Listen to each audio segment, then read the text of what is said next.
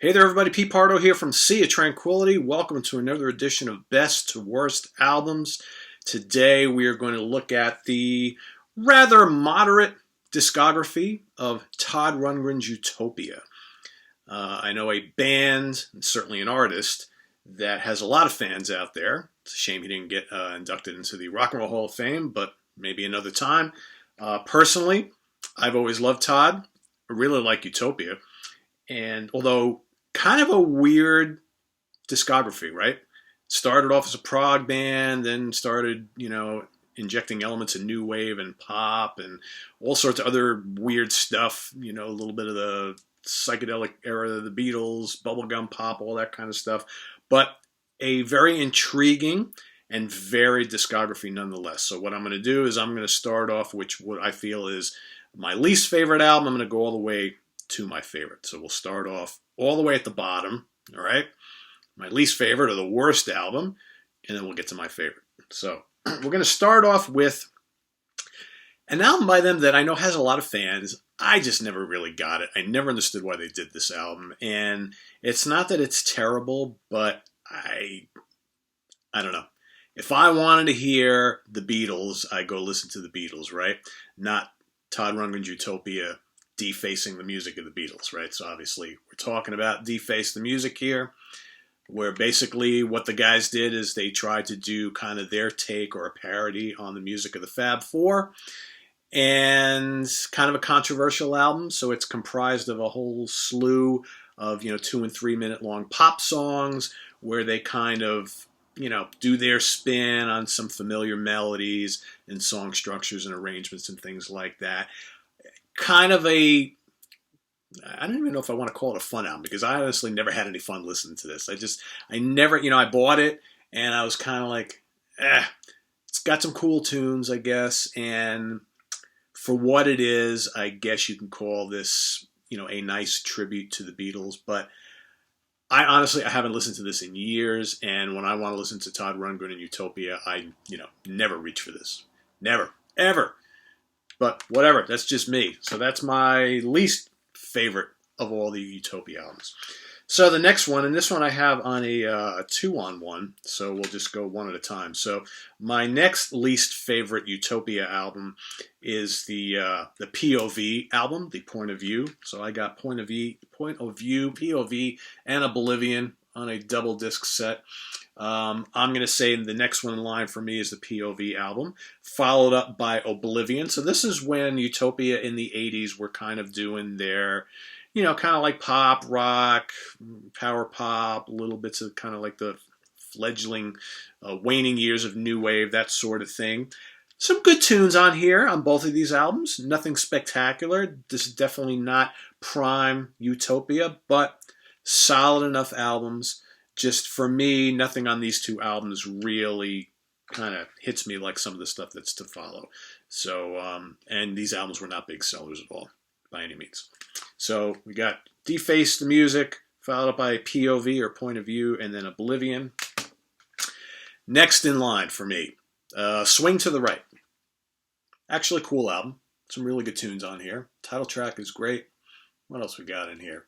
Last Dollar on Earth I like. One World, whoa, whoa, it's our world. Yeah, yeah. A good album. Very solid album. I think by this time, like most of the, big sales for Todd Rundgren and Utopia albums were kind of waning. But I thought this had enough commercial appeal. Probably should have been bigger than it was. But some fun stuff on here. I like it. Solid Utopia album. As is the next one, which actually came after the Swing to the Right album, the self-titled Utopia album. Good. Another good power pop album, right? So, Libertine is really strong on here. Feet Don't Fail Me Now. What else? Call It What You Will is good. Hammer in My Heart, great tune.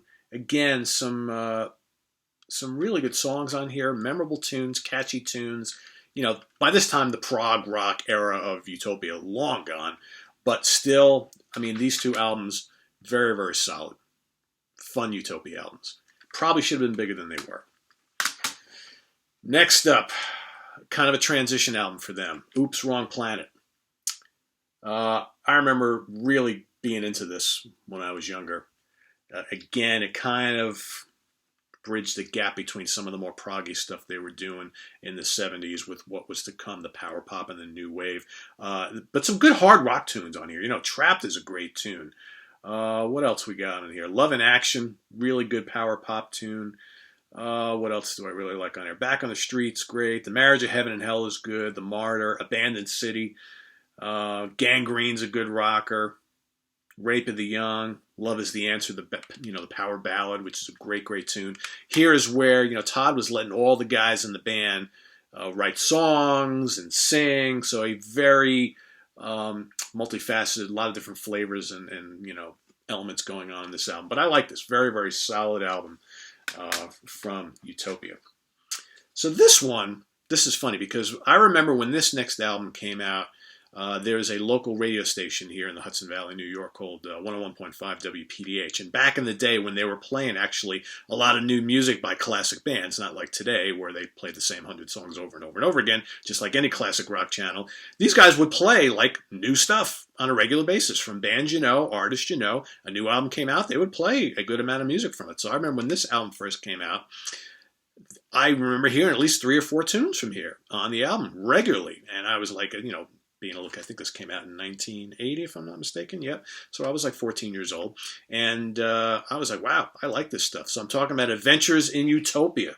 Really strong album that for me has a lot of history. So I remember, the title track, Road to Utopia, not exactly the title track. Road to Utopia was played on this radio station quite a bit. Caravan was played. I love Caravan. How great is that song? Some stinging guitar work from Todd Rundgren, and great synths as well in that song. Just a really, really good tune. What else is here? Second Nature is good. You Make Me Crazy, Set Me Free, another tune I used to hear on the radio quite a bit. Last of the New Age Riders, heavy, heavy song. Again, played on WPDH back in the day. Shot in the Dark, another very commercial power pop tune. Man, great songs. This is a really good album. Again, kind of like this one, kind of bridging little hints of the early proggy stuff, a lot of good hard rock, and some more like kind of new wave power pop stuff. A very, very solid album that I've always really loved a lot. So down to the last 2, okay? And we're not doing live albums today, guys, just studio albums. So I dig this album a lot. This is, again, another 70s album. The second studio album, which has a good amount of prog on it. Okay, there's some epic stuff on here. But it was well mixed in. Todd was a pretty prolific pop artist in his own right.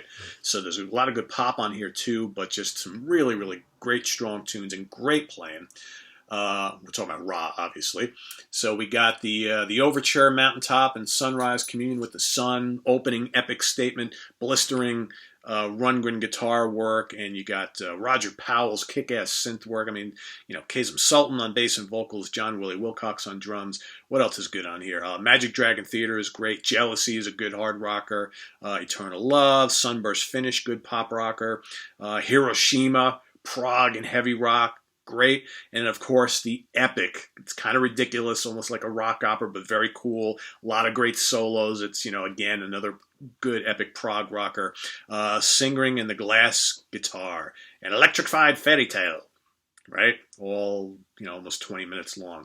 I always dug it. It's kind of like, it's almost like a parody of like prog rock epics, but I think it's just great. It's got wonderful solos and good heavy parts, a lot of prog, and, awesome stuff.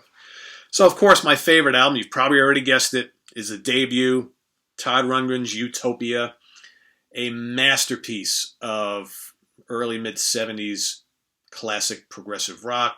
Todd was dabbling in prog in his solo career, with a couple of those early 70s albums. I think he just wanted to put together a band and do a full-on prog rock album in homage to the greats, from Britain, like, ELP and Yes and Genesis, so on and so forth. And this is just a magnificent album. He's got like, 2 or 3 keyboard players and himself on guitar, and it's just like this big prog band type of thing. The classic Utopia theme, which also draws a little bit from the jazz fusion scene that was pretty hot at the time. Return to Forever, Mahavishnu Orchestra, Weather Report, all that kind of stuff. Freak Parade, Freedom Fighters, more of a pop tune, okay? But then you got the mammoth 30-minute, the Icon, again, another just rambling prog epic. So a fantastic album. So again, my favorite Utopia album, followed by Raw, followed by Adventures in Utopia, followed by Oops, Wrong Planet, followed by the self-titled album, followed by Swing to the Right, followed by Oblivion, and then Point of View, or POV, and then lastly, my least favorite album, which I don't really care for too much, Deface the Music, although I always loved the album cover. Go figure, right?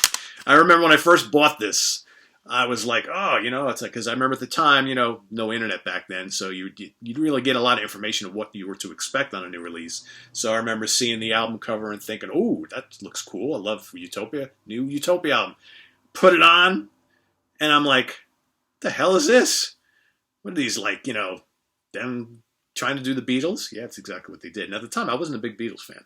So I was kind of like, ugh, man. And they try, and instead of going for the more psychedelic era of the Beatles, they kind of went for more the early, pop and bubblegum era on most of the tracks here. So again, not a big fan here, but whatever. It is what it is. Can't like them all, right? So that's my best to worst albums. Todd Rundgren's Utopia. Hope you like it. We got more stuff coming up. We are going to do a top 10 songs probably tomorrow. Blue Oyster Cult. So many of you have asked for it. You're going to get it. What else do I got cooking? Got a questions and answers show coming up this weekend. We're a little delayed on doing the James Gang top 10 songs. I guess Dan Brown's got some things going on, so we're going to have to reschedule that. Hot off the presses, Nick Franco and I are going to be doing top 10 songs from Iron Maiden. That's coming up over the next couple weeks. My comrade in arms over on our sister channel, Comic Book Geezers, Wild Bill, is coming on this show for the first time ever. We're going to do a top 10 songs of Jimi Hendrix. Also, best to worst album, Spooky Tooth, coming up later today. So check it out, all right?